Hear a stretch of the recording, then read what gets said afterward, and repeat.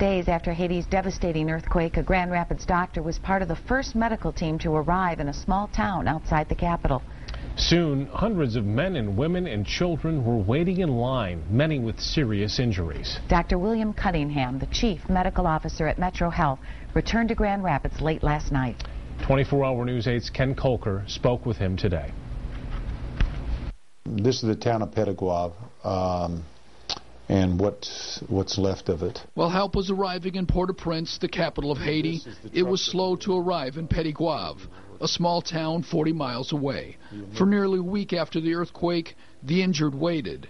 Men, women, and children with broken arms and legs, deep cuts, many needing surgery or amputations. Then on Sunday, a team of 9 doctors and nurses, including 2 doctors from West Michigan, arrived in the back of a rickety truck. Dr. William Cunningham, the chief medical officer at Metro Health in Grand Rapids, was one of them. The families, if there was a family intact, were bringing their children, or the people were coming in on blankets, and these injuries were a week old, and nobody had treated them.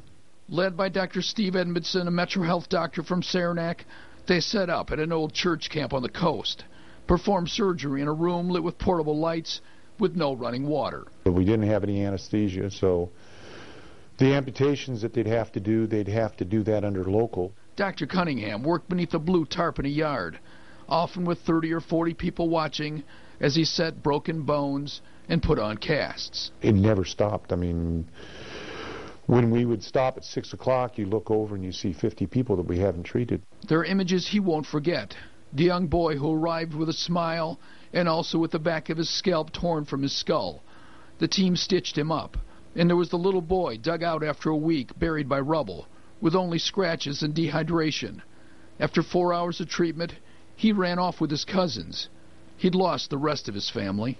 You'd see these young kids bring in these little tiny kids, and you'd say to the interpreter, "Where's the mom and dad?" And they were all gone. Mostly he was moved by the people and their gratitude. Cunningham was riding in a truck stuck in traffic when an old man with tattered clothes banged on the window and asked, "Water?" The guide turned the man away. We moved probably about 10 feet, and the same old man came up about 5 minutes later, knocked on my door, and had a glass of water. And he said, here's the water for me."